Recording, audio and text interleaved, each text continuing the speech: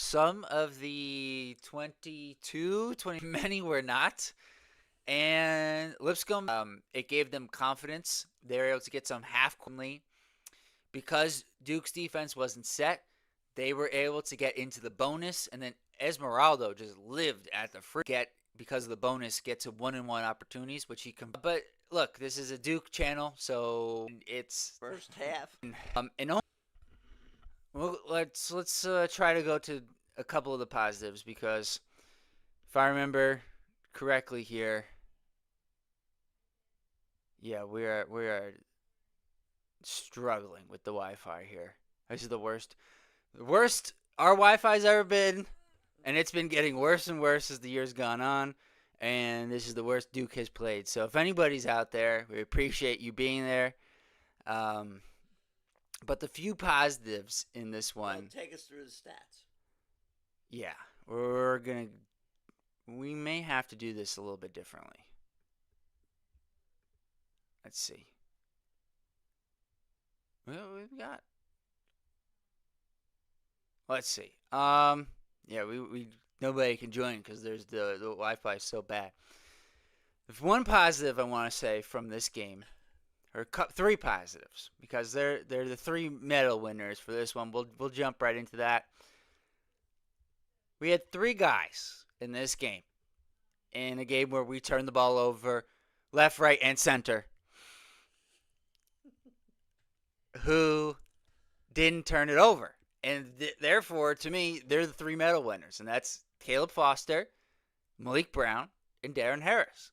And particularly, the last two, although Caleb Foster had a very fine performance. I want to be very clear about that. But in particular, Brown and Harris, as you said before, were the stabilizers for the Blue Devils. Oh, the Wi-Fi's back. Well, I don't know what happened, but we're back. So if anybody's out there, we appreciate you guys sticking with us. Subscribe to the channel, like this video. Let me know what you guys think in the chat. We'll do that again when we hopefully have a few more people on. Especially subscribe and like when we have Wi-Fi. that too. But Brown and Harris, I think, particularly Darren Harris, we know what Malik Brown's capable of. I didn't think we would need him as much in this game. Although I did say in the preview, I thought to a lesser extent this would be good for him to get a little bit of confidence, as I didn't think the Michigan State game was his best performance for sure. He didn't play well in that game. Let's just call it what it was. But boy, was he important in this one. He had 11 points, 9 rebounds, but 6 of those were offensive rebounds. I think the one thing we can give Duke credit for as a team, rebounding. They absolutely crushed Lipscomb on the boards. 55-21. That was, and part of that is the fact that, in fairness to Lipscomb, there weren't too many defensive rebounds for them to get because, yes, Duke got a bunch of offensive rebounds, 20, but for the most part, it was either Duke making their shot or Duke turning the ball over. So there were just less rebounding opportunities for Lipscomb. But back to Malik, I thought he had a really important game. He scored a bunch off of his offensive rebounds. He had 11 points, 9 rebounds, 2 assists, a couple of steals. I thought he was important with his ability to switch defensively. And then Darren Harris.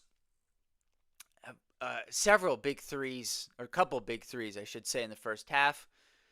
Hustling, active, had a couple of steals, played 22 minutes. He played really well. And to me, I think he's been building. At the Arkansas game, I pointed out he missed a rebounding opportunity, and Shire had a quick trigger with pulling him. But I thought in limited minutes, Florida and Michigan State, I thought he played well. And I think this is a continuation of that. And it was it's funny for me to say this, but where would we have been in the first half without Darren Harris and Malik Brown? We would have been down probably 10 points without their performances, which, look, in a game we ended up winning by 24, it maybe has a different feel in the second half. It definitely has a different feel if we go in down 10 opposed to up 3. So major shout out to Malik Brown, Darren Harris, and I'll finish it up here with Caleb Foster, My only complaint with him in this one was I wish he was more aggressive because he was one of the few guys who didn't turn the ball over. He played, I thought, well defensively, although not great, not to the level we've seen him, but I thought well. And he did have 6 rebounds. Credit to him there. A couple offensive, but I I just wish he was a little bit more assertive, like looking for his own shot. I thought he was able to get into the paint when he wanted to, and that could have been his shot or creating one for a teammate. But to give out the medals, I'd say Malik gets the gold for me. Darren Harris is the silver, and Caleb Foster is my bronze. Any thoughts on that? Uh, I'm not gonna. I think those are three good choices here.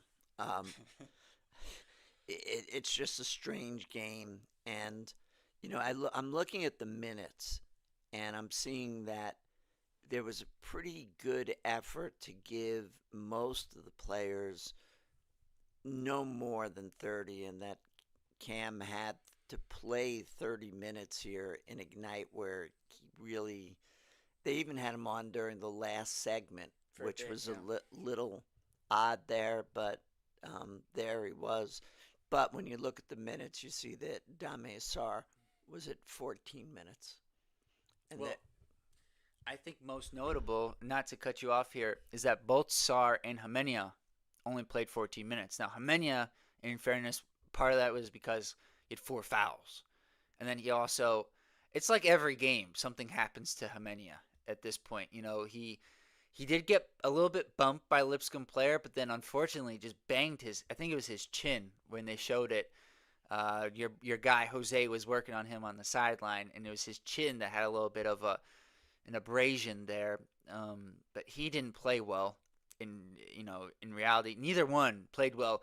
And the reason I bring that up is because Shire a couple of games ago said we've got to get Nick and Dame going. I've got to do better to help those guys.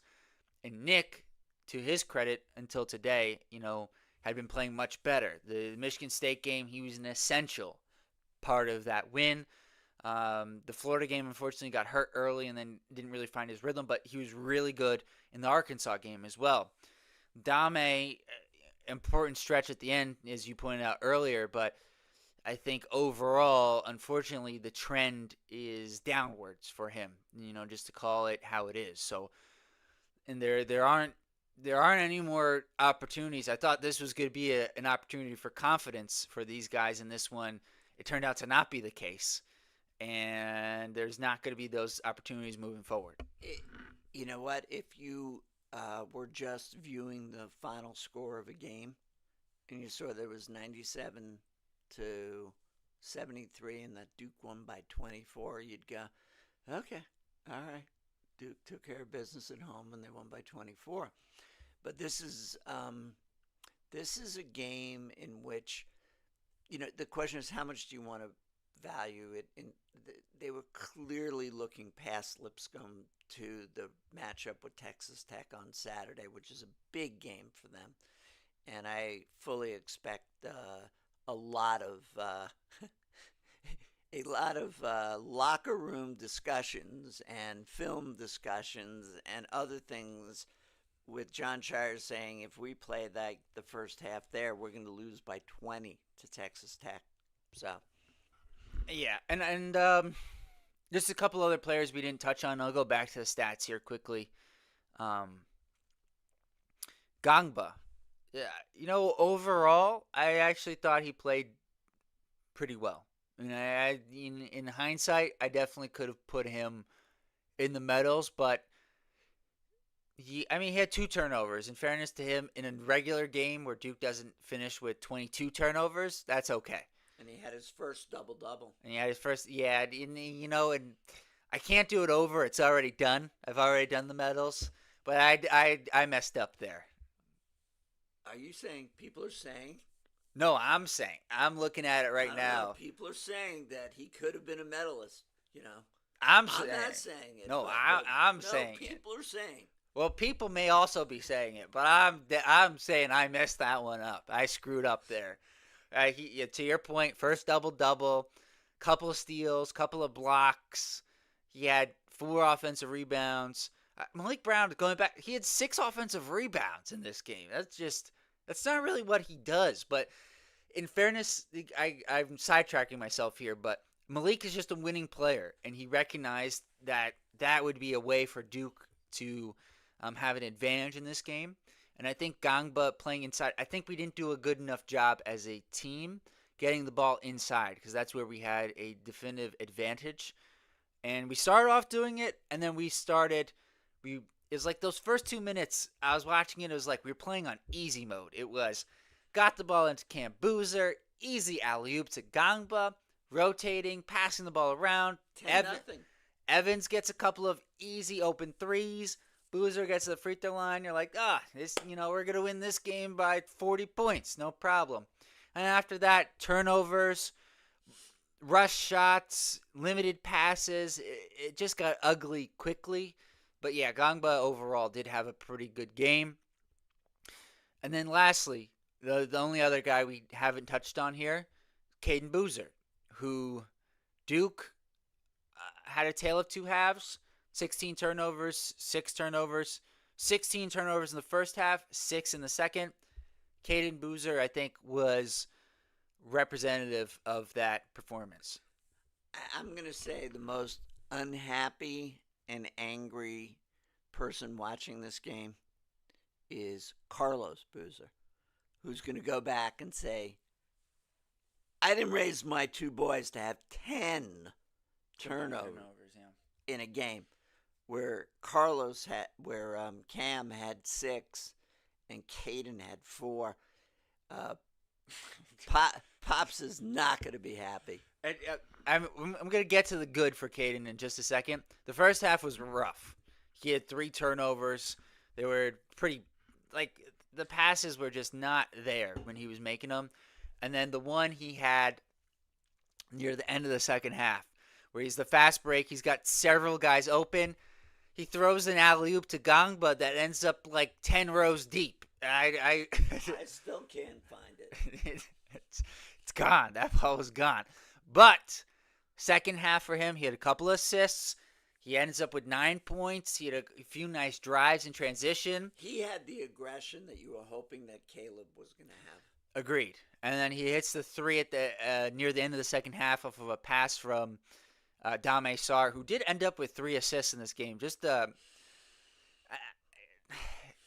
don't know what word I would use to an enigma I would use to describe him, but maybe that's being generous in fairness because for the most part it's been kind of rough for Dame. And we need a little more consistency from the bench. And I'm wondering, quite frankly, if that guy's going to end up being Darren Harris. I know he's not as good of a defender as Dame Sarr, but his offensive game, his hustle may make up for that. And he's been consistently better, I think. So I'm curious if the minutes we saw today, I'm very curious what it's going to look like in Texas Tech because typically Harris has been the guy who gets the least amount of minutes, but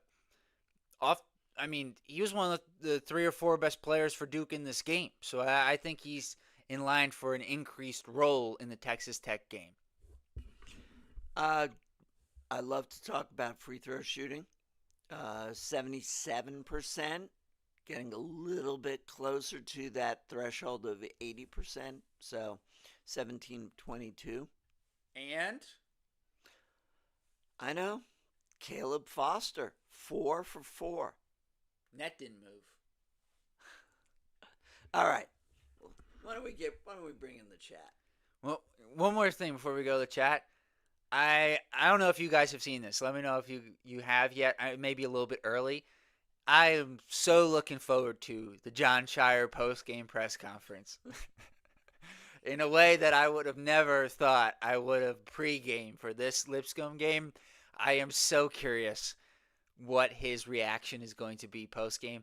And just piggybacking on that, typically Duke posts a lot of, their social media is the best in college sports. They post a lot of, really positive stuff post-game. I wonder in this one, it's going to be a lot more limited than it has been in the past few games where this was a rough one. This was a rough one. No bones about it. All right. Let's see here. Moore, Mr. Moore, how's it going? Welcome back. The ghost of Stephen F. Austin is with this Lipscomb team. Oh boy. Man. I almost forgot about that performance. That was brutal.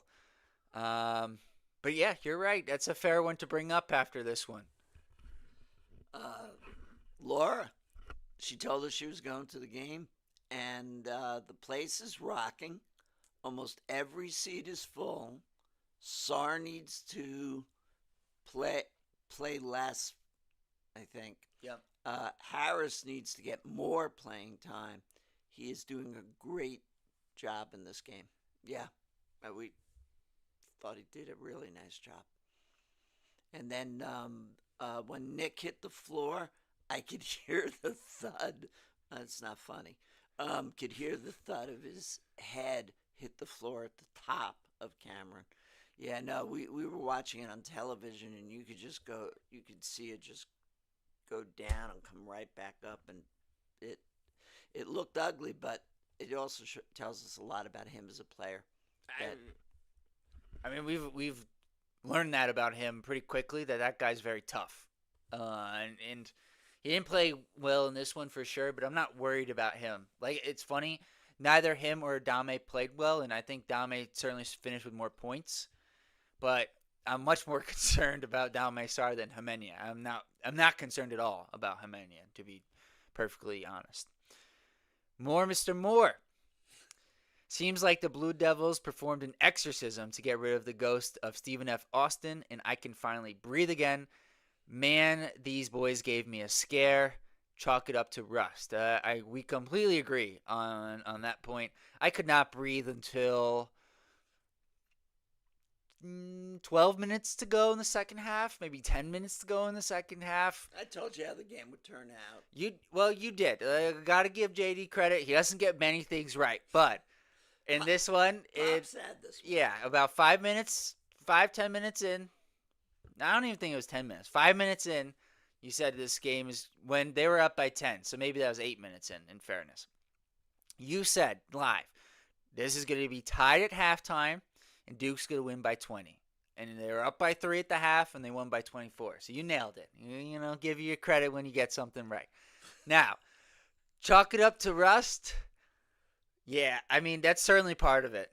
Rust, and then in addition to, they got Texas Tech coming up. They just came off of a pretty brutal 3-game stretch. So I think a combination of rust and then looking ahead to the Texas Tech game in the Garden, and then also, it's a pie, right? It's a pie. So not everything is rust, not everything is looking ahead. Some of it we got to give credit to Lipscomb, who did, they did play well. So we got to give some credit to them too, right? It's not it's really hard to say it was all one thing or all another thing, but yeah, I'm with you more. Lando man, what's going on? Brutal first half. Yeah, I almost feel like brutal is an understatement. 55 rebounds though, exactly. Couldn't agree more. Blue Devil. Slow starts and free throws will be the death of us if anything will. Slow starts. Although in this game we did actually did have a good start. I mean, of all the things about this game, we actually got off to a 10-0 start, and I was convinced we'd have one of those really bad first segments, but and then you would be really correct. That was the weirdest part, is that they did get off to a good start, and then it was just all downhill from there until they got to a few minutes to go in the first half or so. I guess the other thing I would chalk in there is turnovers, although before this game we've been pretty good with not turning the ball over. Joe M., what's going on? Dame is playing himself out of the lottery at this rate. Great game by Malik, Brown, and Harris this game. Completely agreed. They really kept us in this. Yep, 100%. And going back to your point on Dame, I think he's not only playing his way out of the lottery, he's playing his way out of the first round. And if this keeps going, he may play his way into needing another year of college or going and playing overseas somewhere else. So it's ever since we saw him in person at the Army game, it's kind of been downhill for Dame Sarr. Now I want to say this because we've been pretty negative on him. We do need him to play better. And so I'm hoping that at the end of the game where he had a nice layup and he hit a corner three, he can build off that. Because the defense, I think, has been for the most part pretty good. But offensively, it's been rough to watch. So I'm hoping he can build off of that. Duke Hoops, what's going on? Welcome back. Half of the turnovers were literally just butterfingers and being clumsy receivers. Nothing stupid or lazy, just lack of concentration. I think there's certainly there are 22 turnovers, so I think certainly you could say 8 of them were that, at the very least. I do think some of them were bad passes where they were easily picked off by Lipscomb defenders. I got mixed up in my head of Stephen F. Austin for a second there.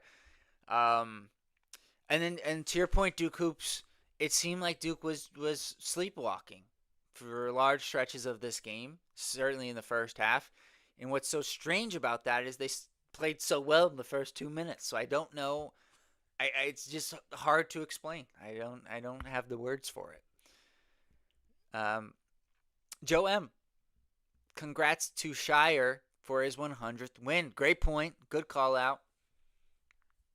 But No, I was just saying, high five for okay. tremendous effort by Shire to get to 100 wins. Fastest in ACC history. Yeah, that's a good point. They put up that graphic before the game. Who is the Duke coach they put up that I had not heard of? Vic Bubas. Vic Bobas.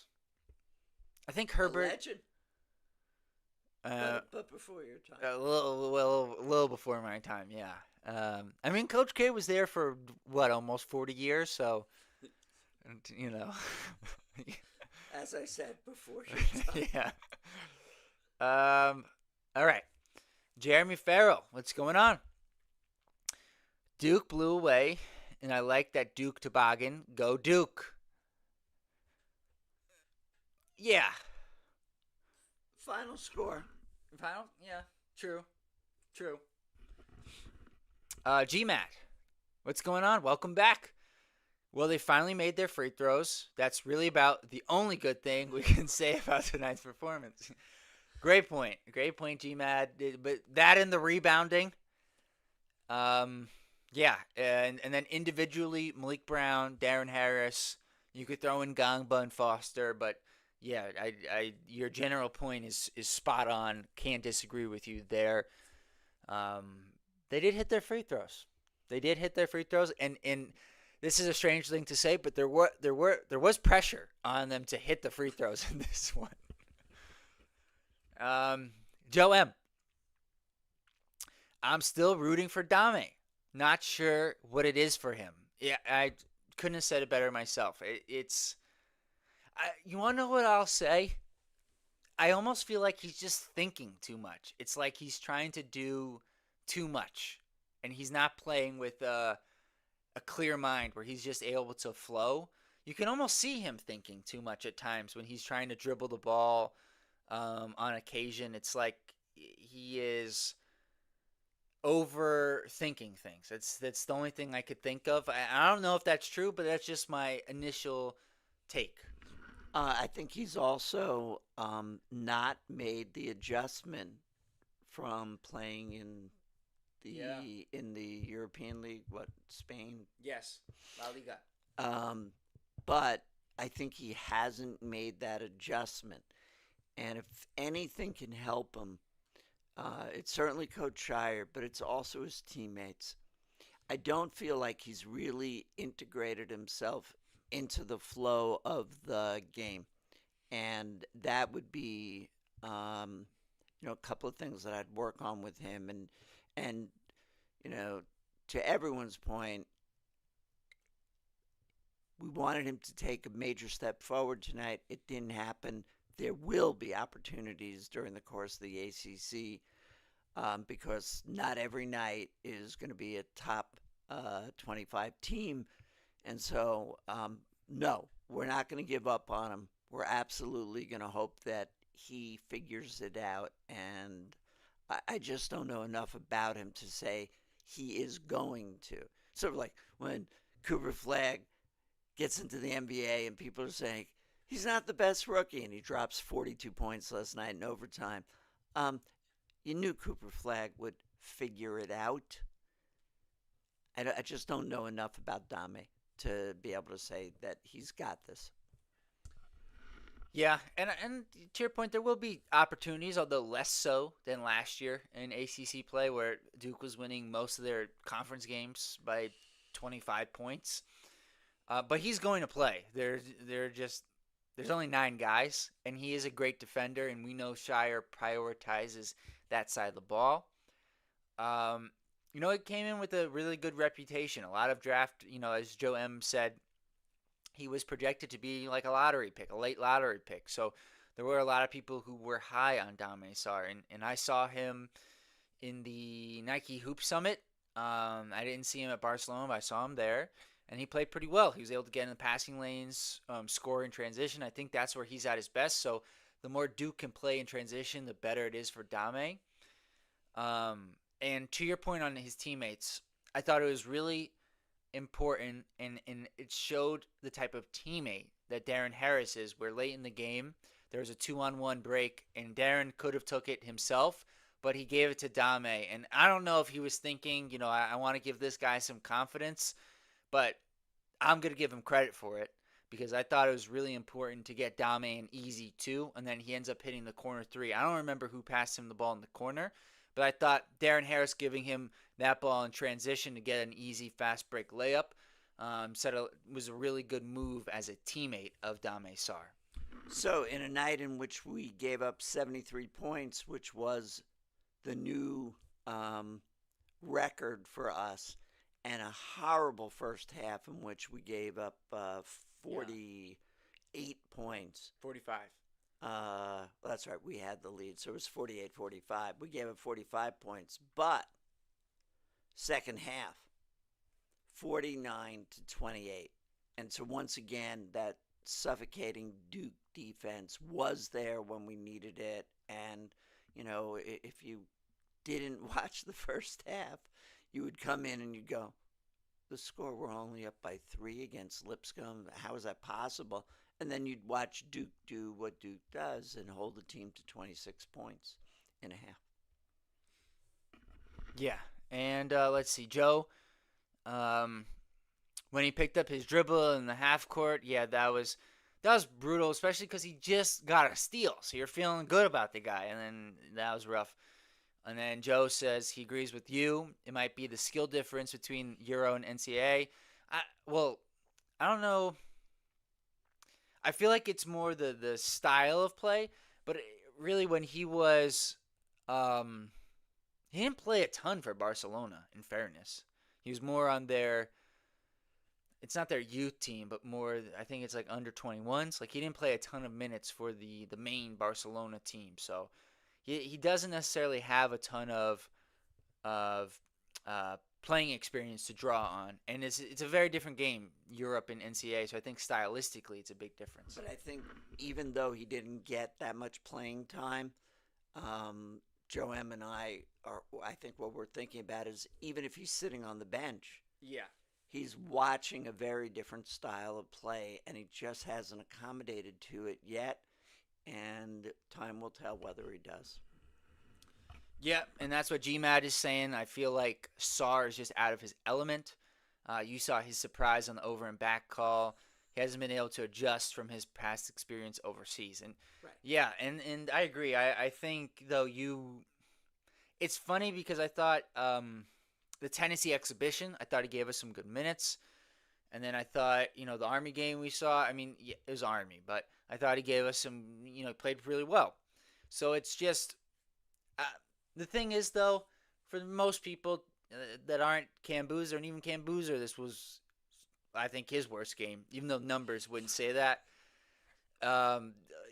development's not linear. There's ups and downs, and right now we're certainly at a down point for Dame Sar, but there's still 20 regular season games left, ACC tournament, NCAA tournament, so plenty of time for him to figure this out still. We're still in December, but at the same time, as other guys play better, the amount of playing time he gets, it's going to be hard to justify him getting more minutes right now than a Hymenia or a Darren Harris, I even think, at this point, depending on matchups.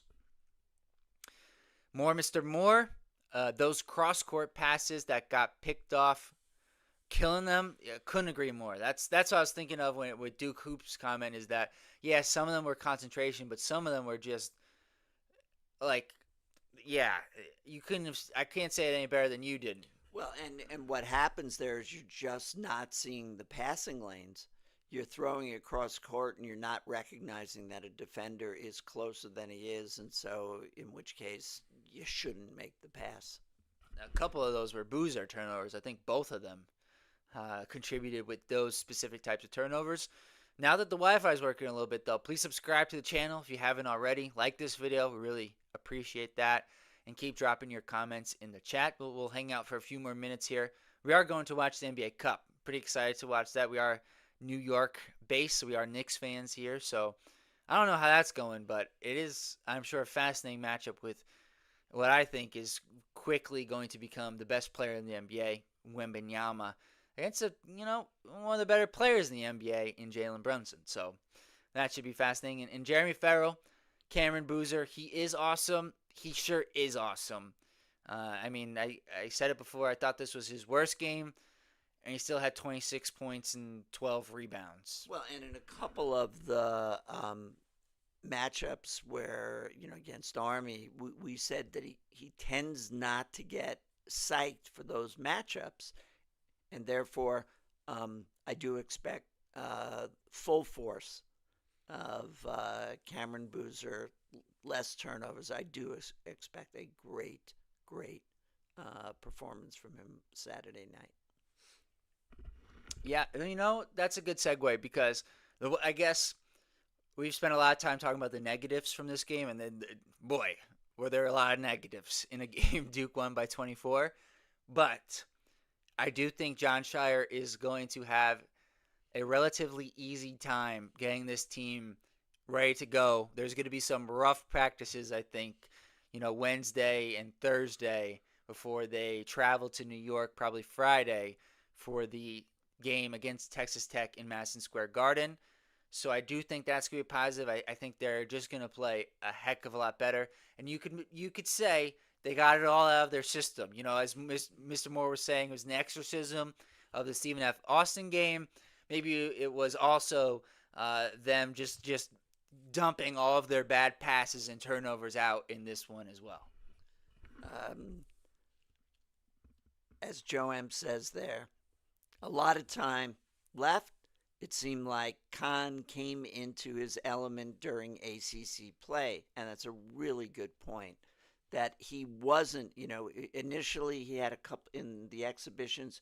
He was shot really well, and then he sort of had a downward trend and then took off. Yeah, and I remember being at the Virginia game last year and coming away from that game being blown away by Colin Knippel, and not with the scoring, just everything else he was doing defensively, rebounding. Just to your point, Joe, it took him a bit to get going. It's 9 o'clock. I put that on my computer today, so that's kind of weird, but yeah. Okay. But yeah, so maybe Dame can pick it up as we get deeper into the season, and I gotta think it's gotta be better. It's gotta be better. Duke Hoops, this channel's going places. Love you guys. We love you, Duke Hoops. We appreciate you joining us after each one of these games. It makes it a lot of fun. We got a lot of different ideas, and GMAT as well, enjoying the format you provided here, being able to chat after the games about how things went. And we appreciate you guys because there's a lot of things. Thank you both. Yeah, there's a lot of things that we miss that you guys catch. And I think collectively, as a group, like everybody who's commented tonight, There's a lot of different perspectives. And the great thing about basketball is, a play can happen. Like, for example, end of the game, Patrick Gongba. I thought it was a normal basketball play, right? But JD thought, that could have been a flagrant. And depending on your perspective, you can have a different view of the same play. And that's what I love about what we're creating here, is that everybody can come in and have different opinions, but we can all share them, and kind of come to maybe not consensus, but you can share, you guys share your opinions and we'll share ours, and we learn more about the team as we've been going throughout the season. I think you should leave with Laura's comment, Oh, Jack. oh yeah. Sorry, I know you're losing your voice here. Laura says, I was so glad Sar finally made it 3. I was really hoping for 100 points to equal the number of wins that Shire has now. Only 3 points shy, leaving the game now. Thank you, Laura. That's a very good point. Really good for Sar to hit that 3. And yeah, that would have been poetic if we would have got 100 points for Shire's 100th win. I guess I'll put a bow on that, which is that I am really, again, looking forward to his post-game press conference. GMAD says, we're certainly always more often correct than the refs anyway.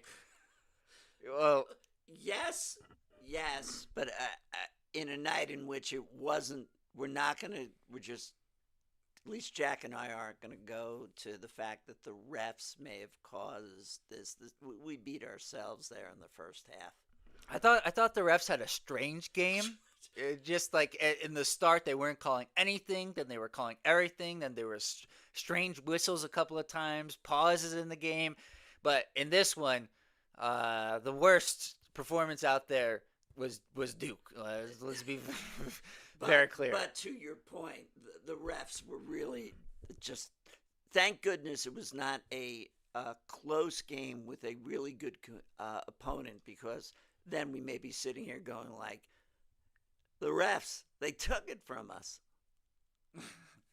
All right, Laura says we booed the refs and it did not help. Yeah, they had it was a rough night for them, but again, there was a worse night for Duke in terms of turning the ball over. Well, who's our favorite ref? He didn't do the game. He tends to show up for the bigger games. He's not going to be there for Lipscomb, Mr. Roger Ayers, who I don't know if you guys feel the same way, but I don't know if we've even necessarily talked about this. Never. So the one, I guess we'll close with this. This is the fourth thing I've said we're going to close on now.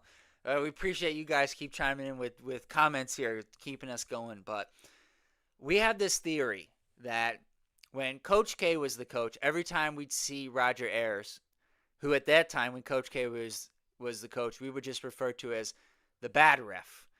But since Shire has taken over, it's been night and day. When I see Roger Ayers there, I feel good. I'm happy he's there. And I think a lot of it is that Coach K, for as much as we love him, and I want to say it was a good thing for Duke. That guy was on the refs from the start of the game till the end. You could make the argument when he would throw his jacket, at times it was towards the refs. But he was constantly yelling at them, and he doesn't, Ayers is not getting the same treatment from Shire. So, yeah. Jeremy Farrell, do you think Duke's going to do good against Texas Tech on Saturday? I think we both think Duke's not going to do good. They're going to do great. They're going to have a good night. They're going to have a really good night on Saturday. But we'll save that for our pregame show. And Joe M. says, thought you were talking about TV Teddy for a second. A different ref. I don't know the reference. Me neither. I'm not sure. And what was the guy's name from the last game, the Michigan State game? Who is Brando. That's the. My goodness. I happened to watch Michigan, Maryland. He was just as bad in that one. I don't want to hear that guy call a game ever again. But yeah, I think we'll wrap it up. Joe, and if we missed this comment, let us know who's TV Teddy, because I don't. Oh, Ted Valentine. Yeah, he's a big game ref as well. He is a big game ref. I think he's okay. I haven't had the same, but yeah, no, good point, Joe. Good point. That's a good place to wrap it up. We're gonna go watch the NBA Cup. We'll have the preview for the Texas Tech game up on Thursday. So we'll see you guys next time. Until then, peace. All right. Nice pearly whites, by the way. Damn. Must be referring to you. Mine Yeah. aren't.